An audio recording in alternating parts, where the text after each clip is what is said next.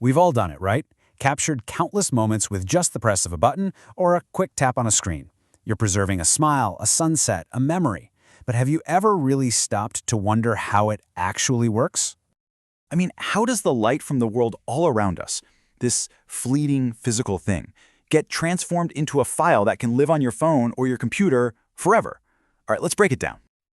So to really get a grip on how a camera works, we first have to understand its most basic ingredient, light itself. It's best to think of light as a messenger, one that's constantly carrying all the visual information from a scene, straight to us.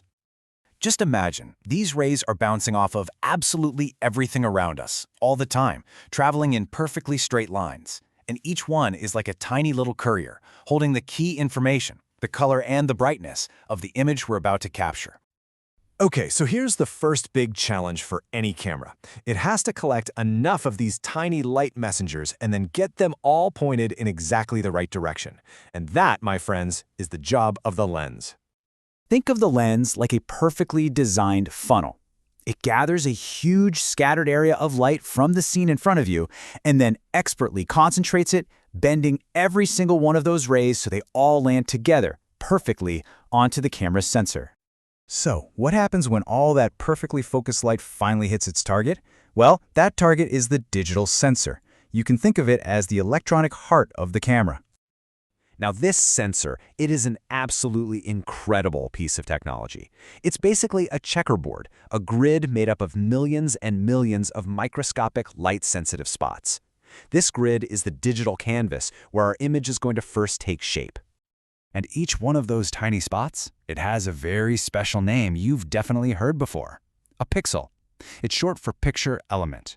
The best way to imagine a pixel is to think of it as a tiny, empty bucket, just sitting there waiting to collect the light that the lens has focused right on it. So how does one of these millions of tiny buckets actually work? Well, it's this beautifully simple three-step process. First, the light rays from the lens arrive and hit the pixel. Then, that pixel bucket starts to fill up with light particles, which are called photons. And finally, the camera instantly measures exactly how full each bucket is, and that measurement creates a tiny little electrical charge. The more light that hits a pixel, the fuller its bucket gets, and the stronger the electrical charge it generates. But the sheer scale we're dealing with here is just mind-boggling. A typical modern camera has over 24 million of these light buckets. And get this, your camera performs that entire three-step measurement process across all 24 million of those pixels in a tiny fraction of a second. But at this point, the sensor just has a map of light intensity. It's not a picture, not yet. The camera's next job is to translate that map of electrical charges into the language of computers, numbers. Every single pixel's charge gets converted into a value. So, a really strong charge from a full light bucket becomes a high number. And a weak charge from a nearly empty bucket, that becomes a low number. So the camera now has this massive grid of numbers representing the brightness of the scene. But if we stopped here, all we'd have is a black and white image. So that leads to the big question, where does all the beautiful color come from?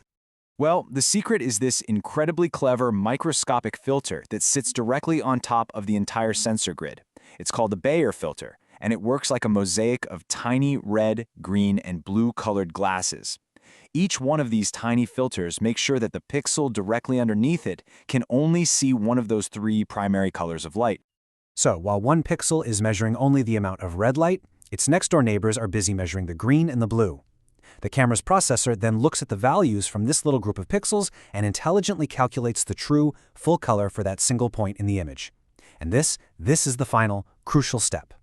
This is where the camera's brain, the image processor, takes all of that raw numerical data and just works its magic.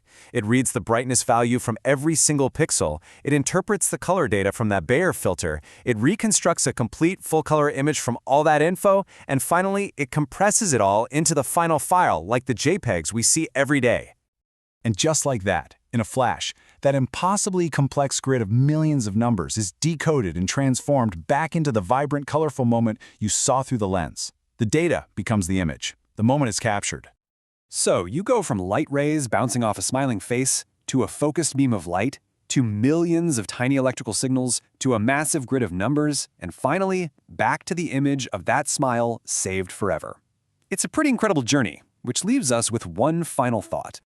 The technology is always evolving. It's always getting faster and more powerful. But now you know the secret. Every photo isn't just a picture. It's a translation. A translation of light into language, and a fleeting moment into forever.